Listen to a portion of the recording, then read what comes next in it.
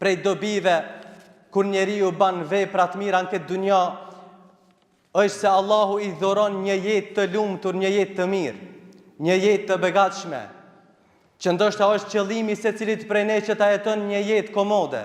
Thot Allahu në Kur'an: "Men amila salihan min dhakarin aw untha wa huwa mu'min", kushdo që ban një vepër, qoftë mashkull ose femën duke qenë besimtar, falanuhyiyannahu hayatan tayyiba, ne do t'i mundsojmë, do t'i japim atij një jetë të mirë.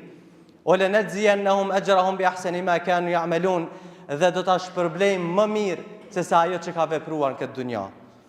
Pra në këtë ajet mësojmë se shpërblimi i kësaj dunjas është që Allahu do të dhuron një jetë të lumtur dhe të mirë, dhe në ahiret do t'i shumëfishon veprat.